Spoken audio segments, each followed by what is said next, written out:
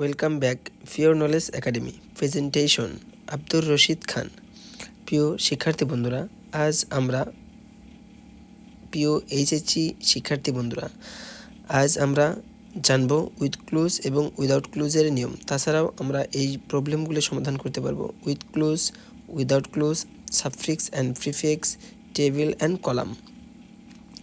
আমরা এই নিয়মগুলো যদি যথাযথ জানি তাহলে আমরা অ্যান্সারগুলো ভালোভাবে করতে পারবো। তবে এই জন্য আমাদেরকে জানতে হবে পার্টস অফ স্পিচ, যেমন নাউন চিনিবার উপায়, TION, SION, ment, hood, dom, ANC, ENC, AL, ability, bility, TY, ship, WR, AR, AR, ness, ING, TH, LT, GY, PH, MIUR, ECY, tute, NICE, NAGE, ST, MS, ZM ইত্যাদি চিহ্নগুলো যদি থাকে তাহলে উক্ত ওয়ার্ডগুলি noun, যেমন education, creation, action, solution, information, decision, vision, expansion, permission, conclusion.